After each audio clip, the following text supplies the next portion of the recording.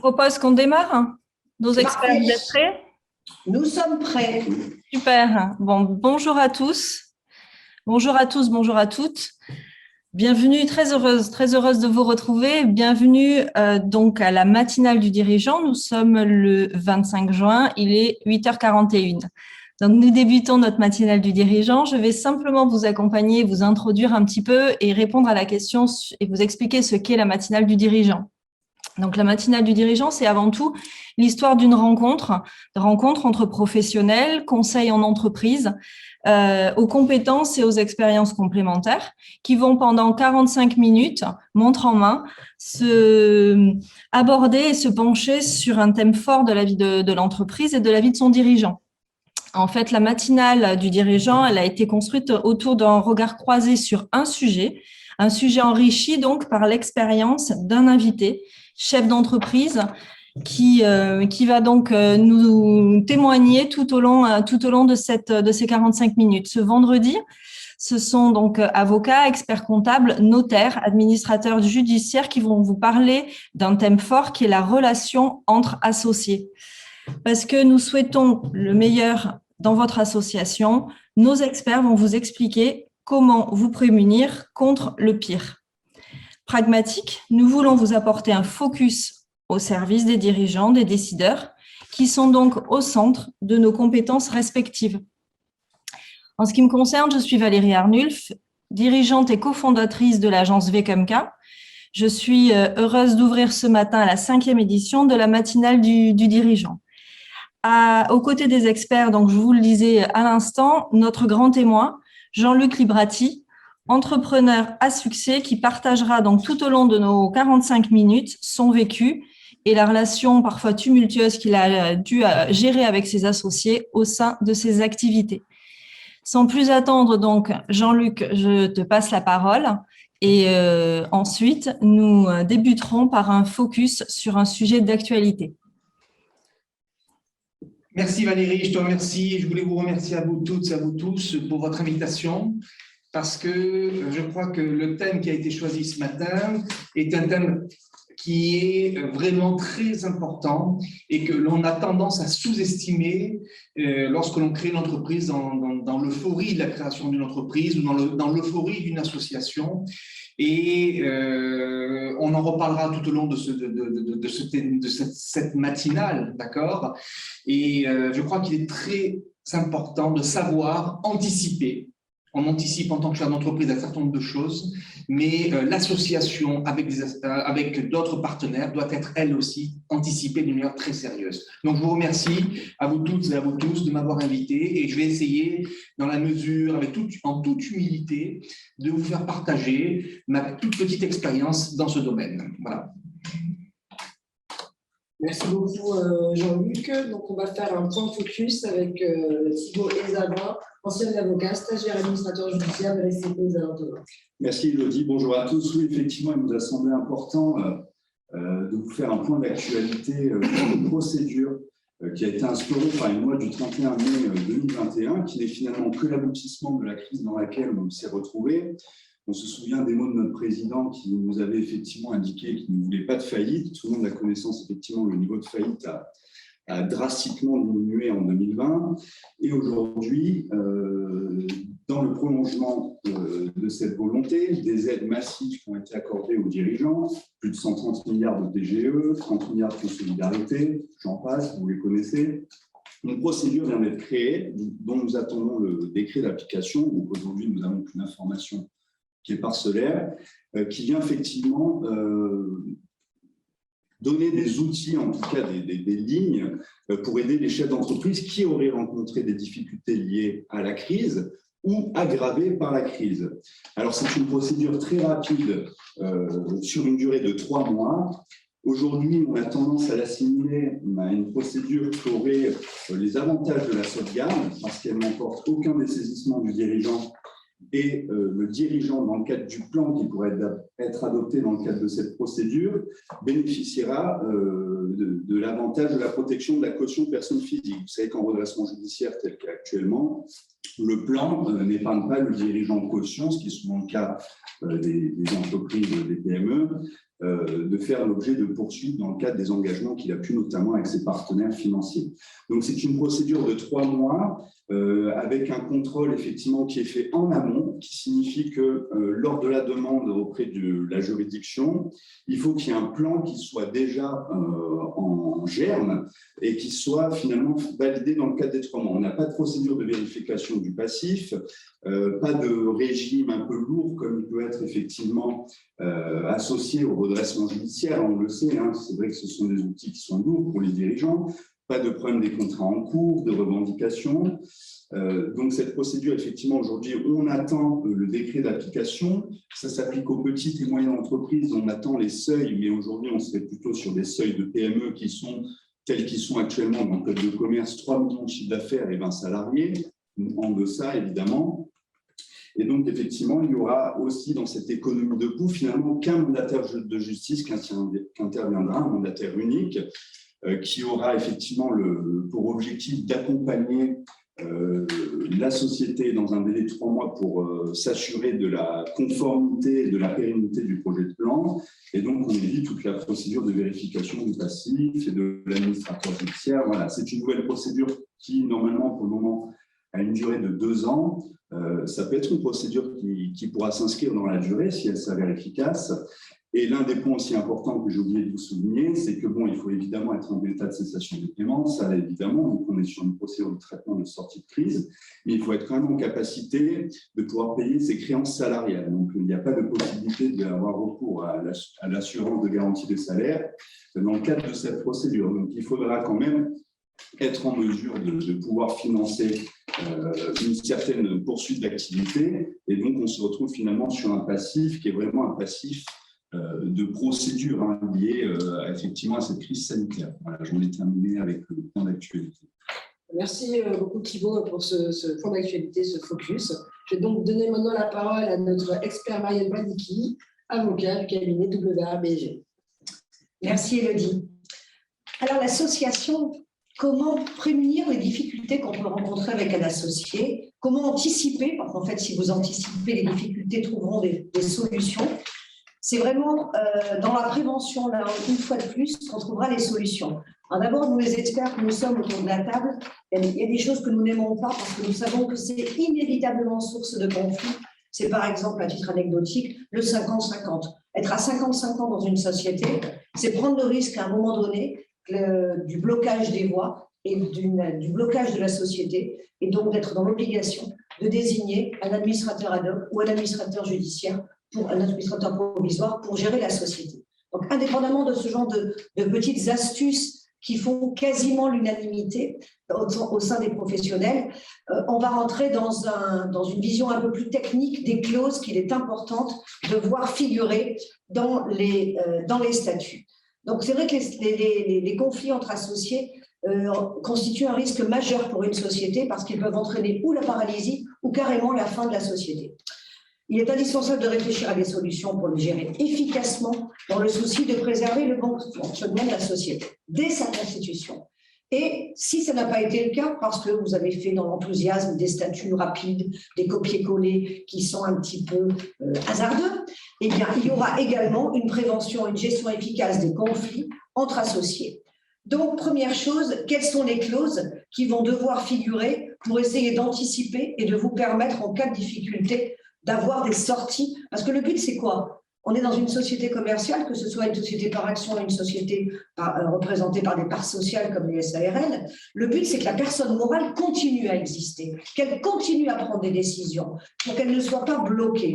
Après, si l'un ou l'autre des associés ne sont pas contents du fonctionnement, ils auront toujours des issues judiciaires, mais qui ne permettra pas, enfin qui pourra régler les choses en temps, avec le temps de la justice, qui est quelquefois un petit peu long, mais en tout cas, la société continuera à avancer. Et ça, c'est le but aujourd'hui de mon intervention, de vous dire que faut-il faire pour mettre des clauses qui vont permettre à la société de continuer à vivre, de continuer à faire du chiffre d'affaires. Alors, on a des clauses sur l'exercice du droit de vote, renforcer les conditions de majorité, des règles relatives à l'affectation des bénéfices, On a des clauses relatives à l'exclusion. Ça aussi, quand moi je vois mes clients signer, on a l'impression qu'il s'agit d'hypothèses d'école, des choses dont on ne se servira jamais, le retrait, les clauses d'exclusion. Mais qu'est-ce que vous nous embêtez avec ça? Ah oui, mais si on vous embête avec ça en amont, c'est qu'on sait ce qui peut se passer en aval. Donc effectivement, les statuts de la société peuvent permettre de contenir une clause permettant d'exclure un associé qui va commettre des fautes graves et qui peut entraîner, et là on a des cas de figure en ce moment qui se posent parce que les comportements sont un peu tendus après ces différents confinements,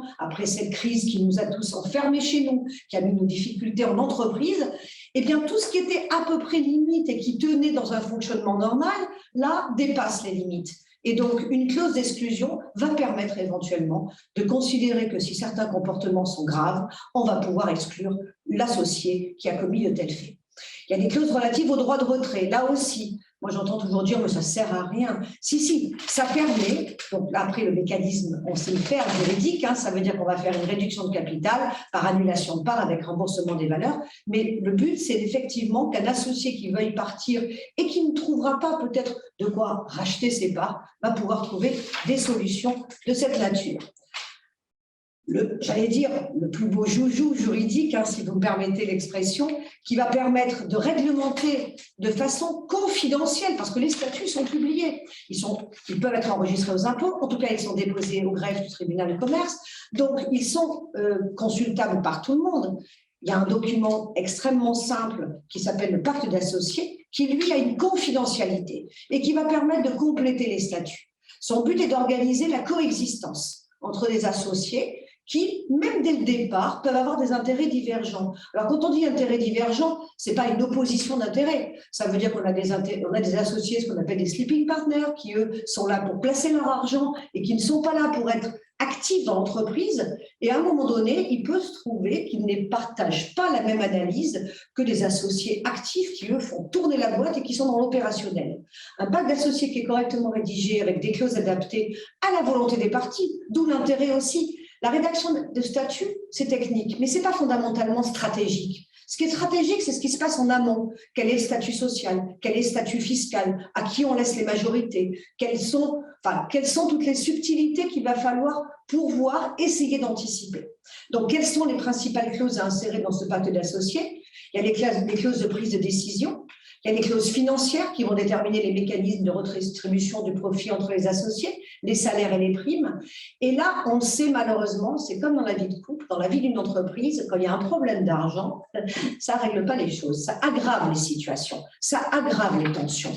La meilleure façon, mais ce n'est pas très franco-français, on n'aime pas parler argent en France, mais là c'est fondamental. Si on fait une société avec des associés, a fortiori chez des sleeping partners qui vont, eux, je dirais, apporter de l'argent et qui espèrent avoir un certain rendement.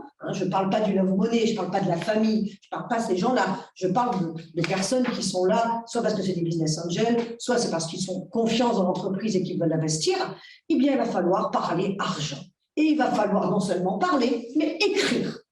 Donc, on est un peu loin du compte en France, mais si on prend ces pactes d'actionnaires et si on en discute en amont, tout se passera au mieux. On peut mettre des clauses de protection des minoritaires qui bénéficient de protections spécifiques. Et là aussi, depuis la suppression des commissaires aux comptes, moi j'avoue personnellement j'étais contre, même si j'ai compris la démagogie qu'il y avait derrière ce mécanisme, notamment les commissaires aux comptes étaient là pour protéger les minoritaires. Là, il y en a de moins en moins, parce qu'on n'a pas atteint 2 des 3 seuils, et donc on a moins de protection des minoritaires. Et après, il y a des clauses de sortie qui prévoient de permettre les hypothèses de sortie anticipée.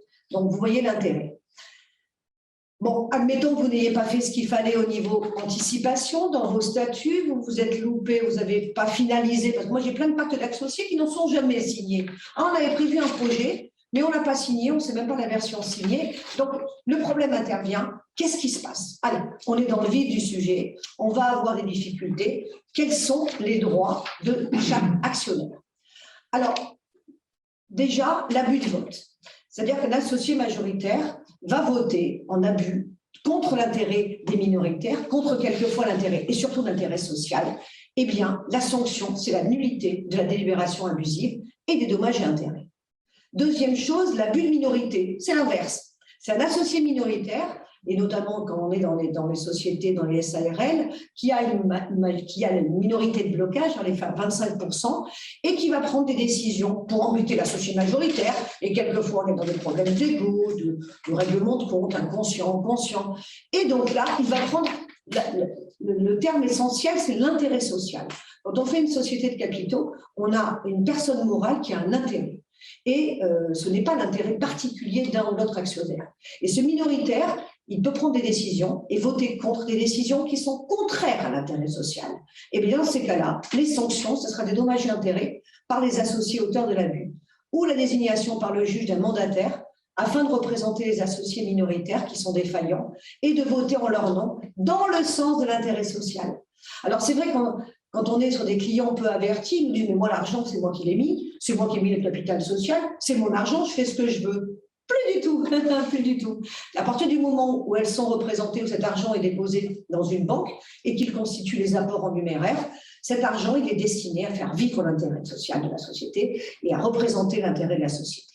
Donc là, les intérêts particuliers ou individuels, ce n'est plus la question.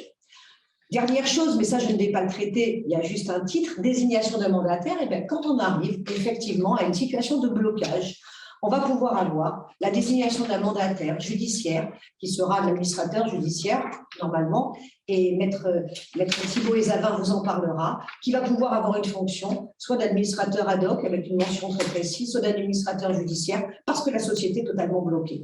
Donc voilà, mais là-dessus, vous en saurez plus effectivement avec l'intervention d'un administrateur judiciaire dont c'est le métier.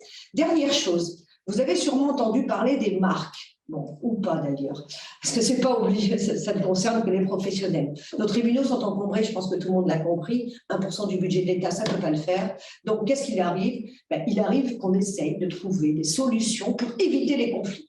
Alors, il existe des clauses d'arbitrage, il existe de la médiation et il existe les marques, c'est-à-dire les modes alternatifs de règlement des conflits. C'est-à-dire que l'action judiciaire, enfin, le temps de l'entreprise est rarement le temps de la justice. Ils ne sont pas en lien, ils ne sont pas dans le même timing. Donc, on peut considérer que si un conflit devait intervenir, il se réglerait par des médiateurs, par des arbitres. Et donc, on va essayer d'éviter les procédures judiciaires. Donc, on aura recours au mode alternatif de règlement des conflits qui permettent à une partie, assistée d'une personne de son choix, de régler ce différend. Et dans des règles du jeu qui vont être anticipées en amont. Et d'ailleurs, les statuts peuvent prévoir l'application d'une médiation ou d'une conciliation en cas de survenance d'un litige entre associés. Et cet avantage, c'est que cette procédure est totalement confidentielle vis-à-vis des tiers. Donc, il faut savoir une chose, c'est que malheureusement ou heureusement, peu importe, on est des êtres humains et la plupart des contentieux entre associés relèvent de l'affect, relèvent de l'incompréhension, relèvent du non-dit.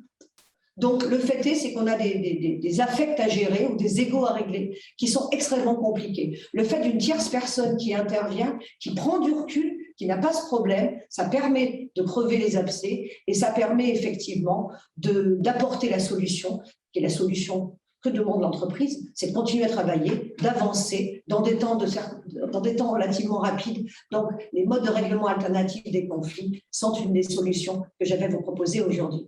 Voilà, maintenant, si vous avez des questions, je suis à votre disposition. Merci beaucoup, Marielle. Avant de passer la parole à notre prochain expert, Jean-Luc, peut-être que vous avez des choses… Oui, tout à fait. Je trouve que nous venons de rentrer vraiment dans le vif du sujet. La création d'une entreprise, souvent, fait montre d'une période d'euphorie et pendant laquelle on ne prend pas toujours les mesures, on n'anticipe pas toujours ce qui peut arriver. Et j'ai envie de dire qu'on va faire des études, je l'ai vécu, hein, nous avons fait avec mes associés des études de marché, nous avons mis en place des politiques de marketing, nous avons mis en place des politiques pour aller chercher des fournisseurs, mais en fait, nous avons oublié l'essentiel, c'est-à-dire la rédaction des statuts avec des personnes qualifiées et des personnes totalement indépendantes, sans affect, en toute honnêteté, qui ne vont pas prendre parti pour tel ou tel parti, pour tel ou tel associé. Et j'ai envie de dire que pour avoir la paix, il faut préparer la guerre. Et si les statuts ne sont pas faits correctement, en cas de conflit. Parce que le conflit, il peut avoir plusieurs sources. Il peut avoir des sources financières, un marché qui se retourne, un fournisseur qui fait défaut, mais aussi, ça a été aussi l'une des raisons pour lesquelles nous avons eu ce souci en tant que partenaire, en tant qu'associé, il peut y avoir des conflits d'égos. Et si les statuts, et ça nous nous en sommes rendus compte, avaient été mieux rédigés ou rédigés correctement, tout simplement, nous aurions évité tout le conflit, nous aurions évité d'être dans la difficulté. Parce qu'il ne faut pas oublier une chose, c'est qu'un conflit, s'il n'est pas correctement réglé, c'est la survie, voire la vie de l'entreprise qui est en jeu. Donc, c'est tout le projet que nous avons, que vous allez préparer, qui peut être balayé tout simplement parce qu'on a oublié de mettre, je dirais, le bon moteur dans la bonne voiture, tout simplement. Et en l'occurrence, ici, le moteur, ce sont les statuts correctement rédigés en tenant compte et de votre projet, un petit peu de la personnalité, mais surtout de l'avenir. Et ces statuts, c'est presque envie de vous dire que c'est une assurance, pas tout risque, mais en tout cas, c'est une sacrée assurance pour ne pas être pris dans une spirale qui entraînera peut-être, et souvent d'ailleurs, la faillite ou la disparition de l'entreprise. Merci beaucoup Jean-Luc pour ce témoignage. Je vais donc désormais passer la parole à Romain Tata, expert comptable chez KPMG. Bonjour à toutes et à tous. Je suis ravi d'être parmi vous aujourd'hui. Donc, je vais vous parler, moi, des aspects financiers dans les conflits entre associés. Parce que lorsqu'on parle de litige, de conflit, bien souvent, on arrive vite sur les aspects financiers avec des points d'achoppement qui peuvent avoir attrait au niveau de rémunération de chacun par rapport à différents degrés d'investissement, à des niveaux de distribution de dividendes qui ne sont pas forcément en phase avec les attentes financières de chacun. On peut avoir aussi des points d'achoppement sur la contribution à la santé financière de l'entreprise en temps de crise, notamment, lorsqu'on doit faire des apports en compte courant d'associés. Sur les retraits aussi de compte courant d'associés, par exemple à l'issue d'un PGE, on en a vu quelques-uns cette année, et donc certains associés qui vont prélever plus de comptes courants par rapport à leurs homologues. Donc, finalement, tous ces petits points de désaccord sur des aspects financiers, au final, ils peuvent aboutir sur une grosse mésentente qui peut déboucher sur une séparation. Et là, on arrivera sur le point ultime financier, finalement, c'est sur le prix de rachat, départ, pour sortir un associé. Et là, dans 95% des cas, difficile de trouver un terrain d'entente. Donc, l'objectif, finalement, c'est, en temps de paix, comme vous le disiez, c'est de définir des règles du jeu pour essayer, finalement, de sectoriser, de limiter les zones d'ombre dans l'entente entre associés. Ça permet aussi, finalement, de se projeter sur les attentes de chacun au départ du lancement d'une entreprise avec un horizon 3 ans, 5 ans, 10 ans. Éventuellement de casser des tabous dès le départ sur les projets de chacun en fonction de différents scénarios, des hypothèses de sortie à un moment donné.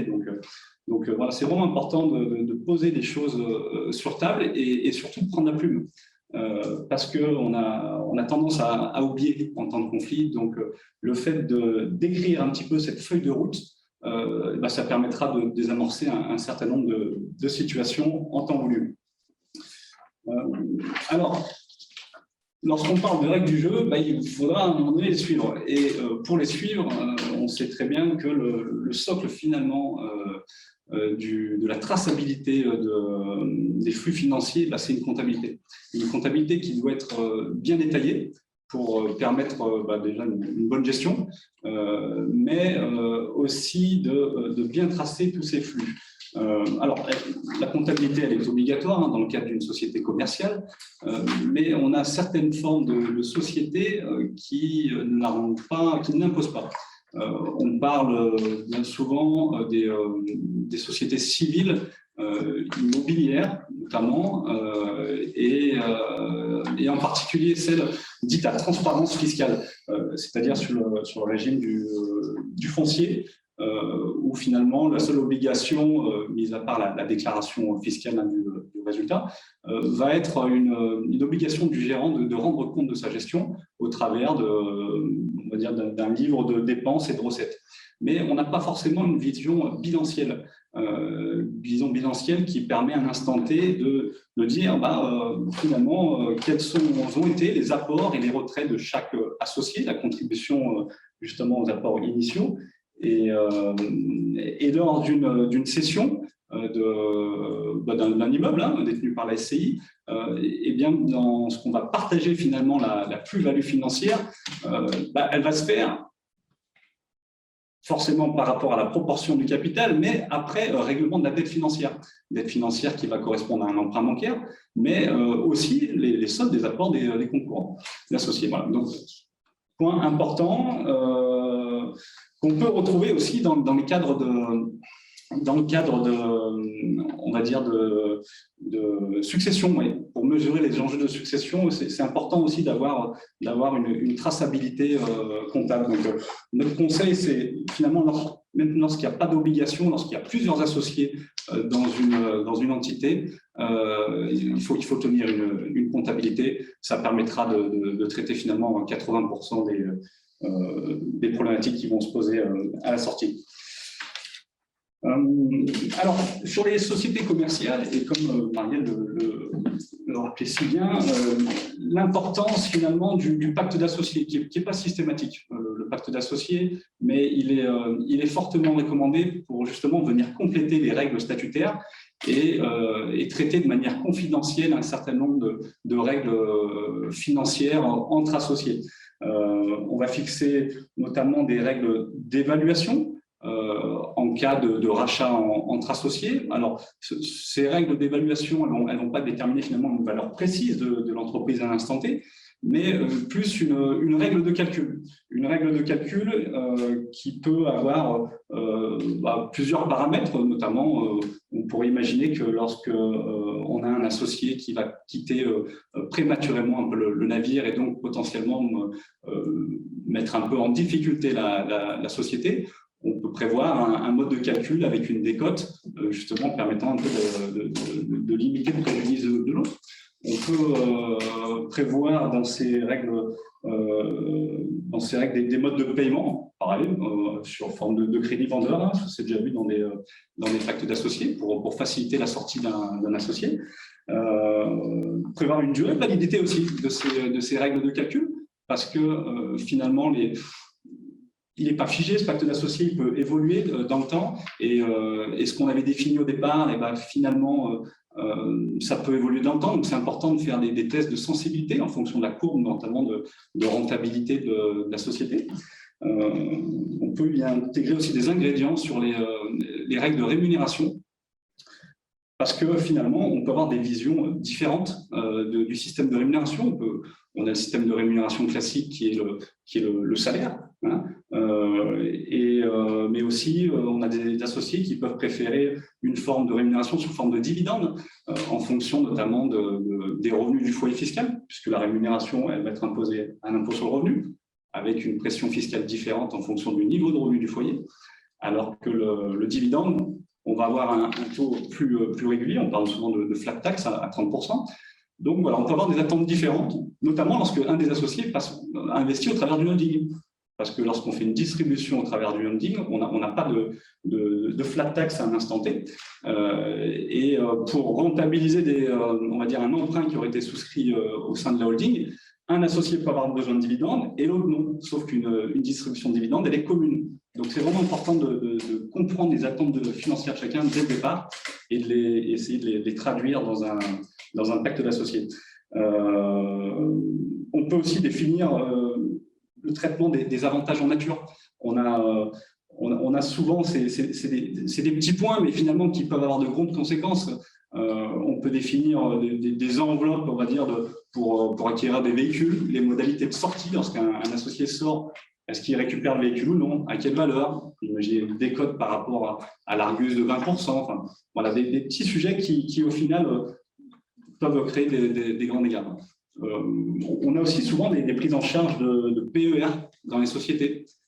Donc, c'est important de le définir, des prévoyances. On peut aussi prévoir des conditions de soutien entre associés en période si on a un accident de la vie d'un associé qui va être absent de la société. Est-ce qu'on maintient sa rémunération ou non? Voilà. Tous des petits sujets qui est pas mal d'anticiper.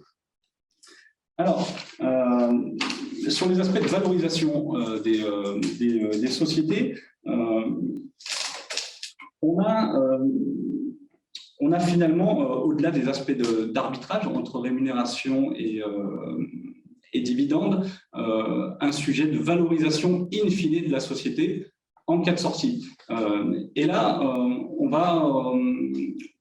c'est pour ça qu'il est recommandé, en cas de litige, qu'est-ce qu'on va faire? On va aller vers un tiers expert qui va essayer de définir une valeur en période de crise. Donc, ça sera très compliqué. Alors que si on intervient en amont et qu'on se rapproche d'un expert du chiffre, on va pouvoir définir ensemble, en fonction, et vous aiguiller finalement sur les critères à retenir en fonction du secteur d'activité dans lequel vous êtes, la résilience finalement de l'entreprise par rapport aux coefficients qui sont retenus en termes de benchmark. On va s'attacher à des valeurs qui ont un rapport avec le résultat d'exploitation, les EBITDA, prendre des coefficients sectoriels. On parle aussi souvent de pourcentage du chiffre d'affaires. Voilà, c'est tout un ensemble de méthodes de valorisation qu'on va poser sur la table. On va retenir bien souvent la moyenne entre 2 ou 3 méthodes et on va définir une fourchette. Voilà. Et dans ce cadre de cette fourchette, on arrivera à trouver un accord in fine, en gardant toujours à l'esprit que finalement, qu'est-ce qui fait la valeur d'une entreprise? Et au final, c'est la trésorerie qu'elle génère qui permettra finalement de rémunérer l'investissement initial de l'actionnaire. Voilà. Donc, en synthèse, je dirais que essayons de casser les tabous dès le départ. On est là pour vous accompagner avec pédagogie et technique, bien entendu, pour définir tout simplement votre feuille de route avec toujours en gardant en tête que il vaut mieux prévenir finalement que guérir. Donc, voilà un petit peu sur les aspects financiers, ce qu'on pouvait dire. Merci beaucoup, Romaric. Jean-Luc, peut-être vous laisser rebondir sur l'exposé de Romaric.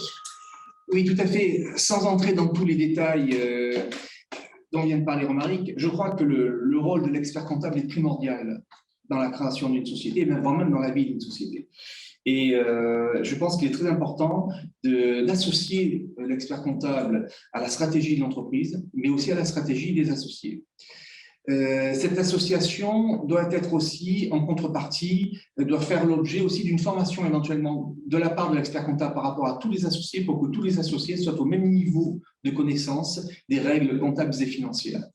Et il est très important aussi, de la même manière qu'on parlait tout à l'heure des statuts, que l'on puisse appliquer au niveau de la comptabilité avec l'aide de l'expert comptable, de pouvoir appliquer les projets et pour l'éventuel soit sorti d'un associé, soit certains arrangements qui peuvent être décidés entre les associés pour l'ensemble de raisons, d'ailleurs, qui appartiennent aux associés.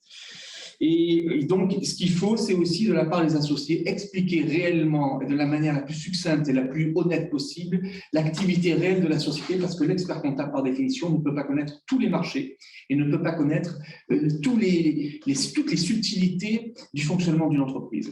Et cette relation, c'est une relation de confiance qui doit s'inscrire dans le temps et dans la durée. Et je crois que c'est important pour nous, et ça l'a été, c'est l'une des raisons qui a fait que notre société n'a pas explosé, c'est que nous avons pu nous appuyer sur l'expérience et l'expertise d'un expert comptable. Merci beaucoup, Jean-Luc. Je vais désormais repasser la parole à Thibault, administrateur judiciaire de la SCP des Aventements. Oui, alors moi, je vais vous parler effectivement des outils judiciaires pour essayer de répondre à la mésentente entre associés. Donc, c'est vrai que l'administrateur judiciaire est plutôt assimilé à la difficulté financière, à la procédure collective, mais il faut savoir que ce type de procédure, en cas de crise juridique, constitue un pan important de notre activité.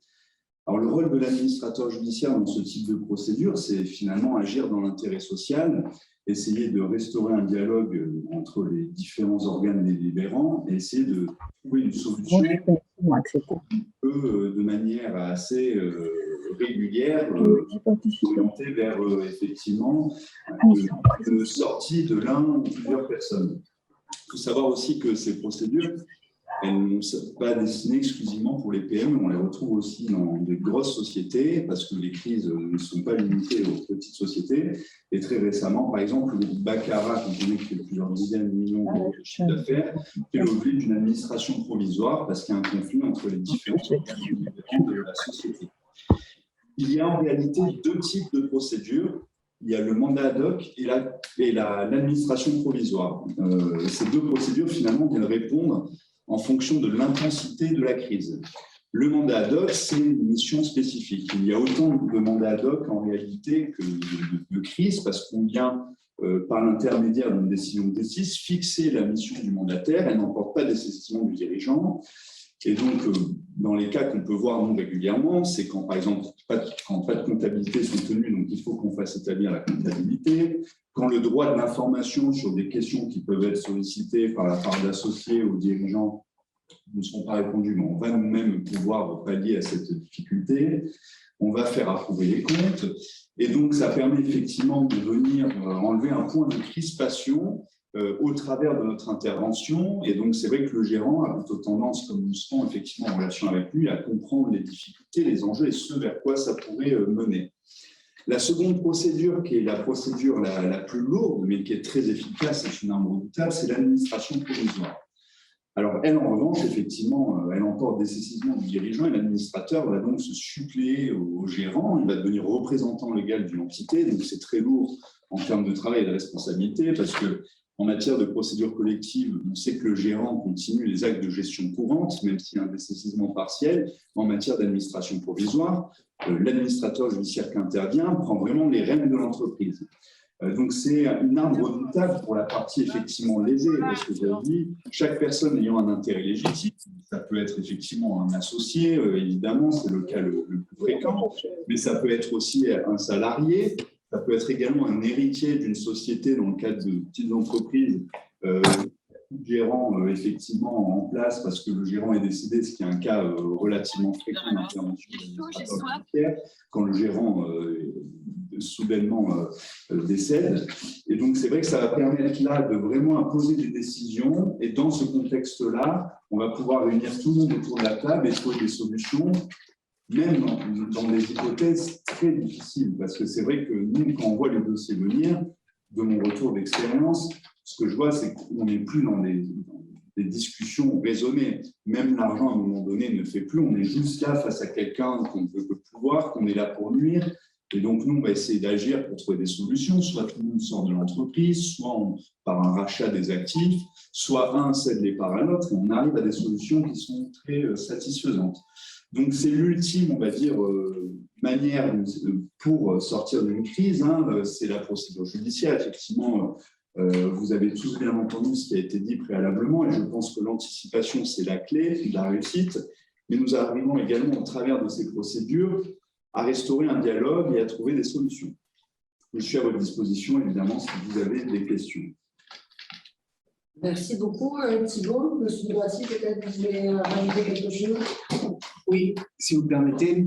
Je pense que la solution, si tant est qu'on puisse parler d'une solution via l'administrateur judiciaire, a été, en ce qui nous concerne, l'une des étapes, j'allais presque dire, paradoxales, la plus douloureuse, mais aussi celle qui nous a sauvés. Pourquoi? Parce que nous étions en conflit et nous avions pour un ensemble de raisons, des intérêts différents. Et ce conflit, c'est un petit peu comme un divorce après une longue période de vie commune. Et nous étions incapables de nous parler, incapables de voir entre nous quelles étaient les solutions, parce qu'il y avait toujours beaucoup d'affect et il n'y avait pas nécessairement le recul permettant de gérer au mieux les intérêts de la société. Et donc, par décision de justice, il a été désigné un administrateur judiciaire. Et je dois reconnaître que nous avions tous quand même pas mal de préjugés vis-à-vis de cette notion même d'administrateur judiciaire, parce que la fonction elle-même, pour un ensemble de raisons, était quand même avait une image assez négative. Quand on parlait d'abord, il y a le judiciaire, qui ne fait pas toujours plaisir, parce qu'on n'avait pas l'impression, et c'était le cas, d'avoir commis un crime ou un délit. D'accord ? C'est tout simplement une dispute entre associés. Et je dois reconnaître que que je me suis reconnu, nous sommes reconnus dans ce que vient de dire Thibaut, parce que c'est vrai que lors de la première entrevue que nous avons eue avec l'administrateur judiciaire, en l'occurrence Maître Thomas, en l'occurrence, et elle nous avait dit, c'est fini, vous allez vous séparer et vous allez devoir acheter les parts X ou Y, mais c'est fini, vous y allez là. Et si vous n'êtes pas capable de racheter les parts de l'associé ou des associés, ça sera la fin de votre société. Et au début, on a été, tous les trois d'ailleurs, assez surpris et on était un petit peu touchés dans notre amour propre.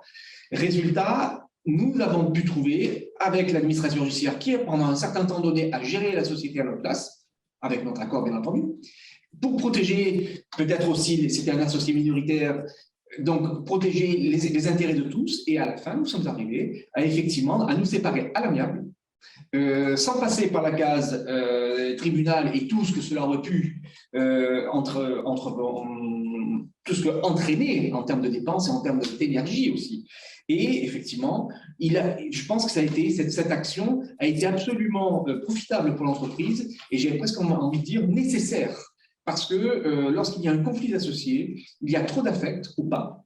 Et il nous faut une personne qui soit en qui on puisse faire confiance, d'accord, et qui ait le recul nécessaire pour pouvoir, dans tous les cas, défendre l'intérêt de toutes les parties, mais aussi défendre l'intérêt de l'entreprise.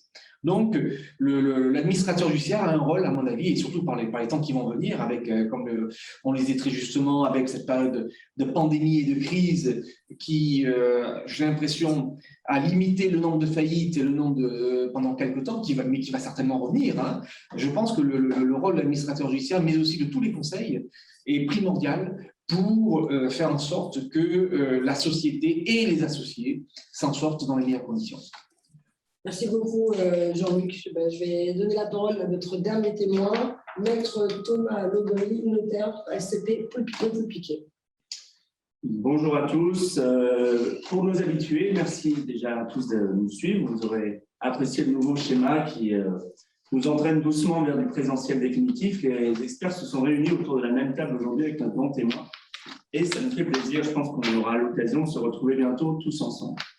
Alors, en ma qualité de notaire, et pour rester dans cette thématique, j'aborderai la question de l'indivision, qui est finalement une situation également de blocage entre personnes qui, bien souvent, n'ont pas forcément voulu être ensemble. Qu'est-ce que l'indivision? C'est la situation juridique dans laquelle deux ou plusieurs personnes sont propriétaires ensemble d'un même bien, quel que soit le bien. Et chacun des propriétaires, on a un indivisaire, a des droits sur la totalité du bien. Du coup, et on va revenir sur la logique dont parlait par exemple tout à l'heure Maître Marielle Valicki sur le 50-50, d'une manière générale, il faut l'unanimité puisque les décisions les plus importantes doivent être prises à l'unanimité. Ce qui, en cas de désaccord, peut vite entraîner des solutions de blocage. Alors, à solidarité totale, chaque indivisaire est tenu de régler les dettes de l'indivision, les impôts, les travaux, à proportion de sa quote-part. Le régime de l'indivision est provisoire et tout le monde connaît le principe juridique que nul ne peut être contraint à demeurer dans l'indivision. Le fait est que la sortie de l'indivision n'est pas toujours aisée et si l'un des indivisaires décide de mettre en vente sa quote-part, les autres qui ne peuvent s'y opposer disposent néanmoins d'un droit de préemption sur la quote-part cédée. Alors l'indivision, elle est bien souvent subie. Elle peut être subie à l'occasion d'un décès, par exemple, en attendant que la succession entre les héritiers soit liquidée. C'est l'indivision successorale. C'est la fameuse situation où parfois on découvre des membres de sa famille avec lesquels on va partager un bien familial et sur lesquels on a des désaccords. On retrouve également une indivision qu'on peut qualifier de subie lors de la dissolution d'une communauté conjugale au moment d'un divorce, l'indivision post-communautaire avec toutes les difficultés qui peuvent être liées à cette situation. D'une manière générale, le risque, c'est bien sûr le blocage décisionnel, la dépréciation du bien. Quand on a une inoccupation prolongée d'un bien immobilier, des charges très importantes, le déséquilibre financier provoqué risque de mettre en péril, je dirais, eh bien, la bonne propriété du bien, sa bonne conservation. On a bien souvent, on le rencontre nous, notaires, parce qu'on est beaucoup sur le passionnel et rarement sur le rationnel, on est beaucoup sur le psychologique, un ou plusieurs indivisaires, mais souvent un qui se met en opposition avec le reste de l'indivision. Et en effet, rien ne bouge. Des situations de crispation où le bon sens n'a pas forcément toujours sa place mais qu'on doit comprendre puisque la vérité est souvent entre les deux. On le retrouve aussi dans les indivisions post-communautaires.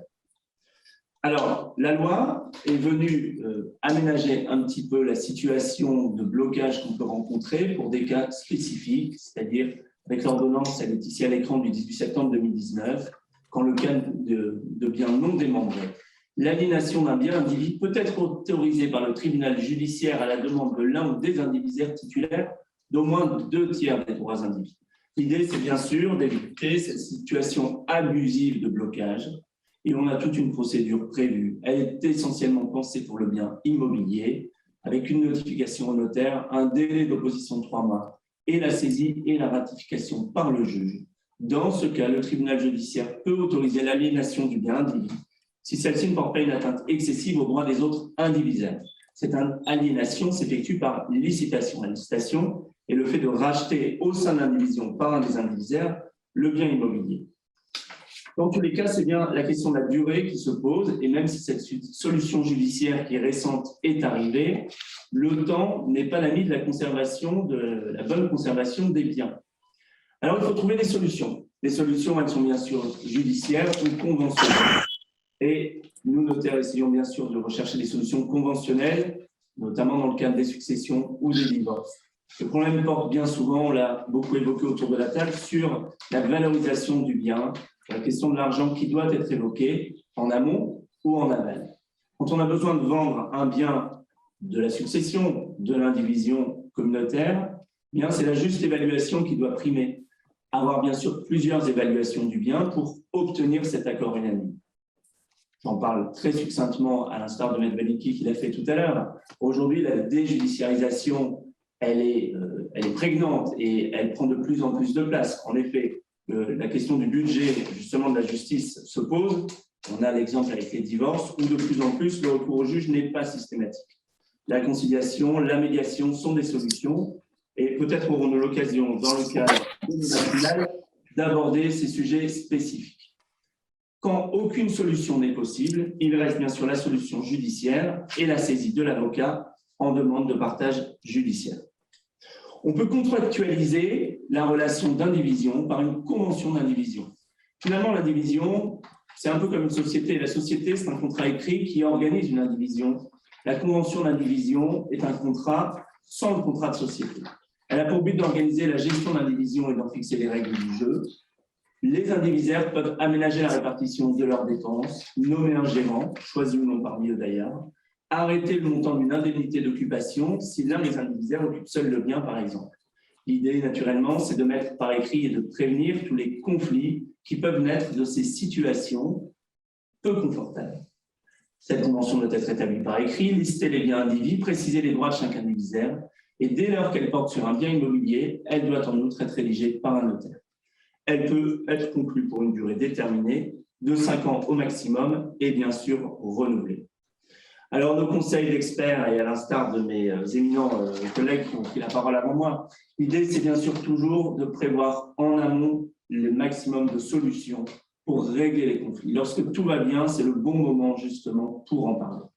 On peut constituer une société lorsqu'on a des biens en commun pour éviter le régime de l'indivision, qui est plus lourd. La société, par exemple, une société civile, une SCI, par exemple, entre particuliers, on va dire pour la détention d'un bien immobilier, est une bonne solution pour organiser la politique de l'organisation de la société. Dans le cas des mariages, faire un contrat de mariage est une réflexion à avoir, notamment vous, chefs d'entreprise qui nous suivez. La question n'est pas, je dirais, de mettre du doute dans la relation, mais au contraire, de permettre une constante organisation des choses, une parfaite traçabilité des choses et surtout un champ d'action et de liberté beaucoup plus large au moment où les difficultés se présentent. Et dans la même logique, organiser sa succession par, je dirais, des partages. Alors, soit au moment du décès par des testaments partage, attribuer les biens pour éviter qu'ils soient partagés en indivision, ou bien sûr ce que nous préférons, des donations partage, qui sont faites sous l'autorité du donateur de son vivant et qui, en plus, sont fiscalement avantageuses. Venez consulter vos conseils en ce sens. Méfiance aussi, j'en parle très brièvement. Attention aux donations simples quand on a plusieurs enfants, puisque le jeu de la réserve héréditaire peut provoquer des mauvaises surprises, justement, au moment de l'ouverture des successions entre les héritiers. Voilà, ces solutions existent pour régler les conflits entre associés ou entre personnes finalement se retrouvant associées dans une même situation. Et Jean-Luc a également un avis sur la question, je pense. Un avis simple et modeste, mais c'est vrai que je pense que dans la constitution d'une société, lorsqu'on décide quelque part de s'associer avec une personne ou plusieurs personnes pour avoir un projet commun, comme une société ou autre, eh bien, il est aussi normal de faire preuve de transparence. Jusqu'à un certain niveau, c'est clair, mais il faut qu'en tout cas, les choses soient dites. Et effectivement, le contrat de mariage peut éviter d'avoir certaines désillusions en cas de divorce de l'un des associés. C'est ce qui est arrivé, où on a vu arriver au sein, on a failli voir arriver plutôt au sein de la société, une ex-épouse ou un ex-époux. Et là, ça peut être particulièrement compliqué. Et encore une fois, on est vraiment dans la prévention, on est vraiment dans l'anticipation, et le notaire a son rôle important parce qu'il va pouvoir nous éviter tout dérapage qui peut être nuisible à la bonne vie de la société et qui nous évitera aussi de réagir dans l'urgence et à chaud. Voilà. Donc, si j'avais un conseil à donner, le seul et unique conseil, c'est effectivement lorsqu'on crée une société avec des associés, de savoir s'entourer et de ne pas hésiter à dire les choses avant plutôt qu'elles nous soient imposées après, quand nous sommes dans le conflit. Voilà. Merci. Merci beaucoup, Jean-Luc. Valérie. Merci beaucoup, Jean-Luc. Merci à tous. Est-ce que certains d'entre vous ont des questions ? N'hésitez pas à nous les poser même après cette matinale. Écoutez, moi, j'ai envie de vous parler de la prochaine matinale déjà, donc de tous vous remercier. Et pour ceux qui apprécient donc ce temps d'échange et nos thématiques, je vous donne rendez-vous le 16 septembre, cette fois-ci en présentiel, et nous aborderons le sujet de la création d'entreprises, donc la création d'entreprises dans tous ces états, passer au crible de l'expertise de nos différents professionnels. On vous en dira plus sur les réseaux sociaux très prochainement, mais ce sera en présentiel chez KPMG. Donc, toutes les informations vous seront communiquées sur les réseaux sociaux. Je vous dis donc à très bientôt et je vous souhaite à tous une très belle matinée. Merci. Au revoir. Merci. Au revoir.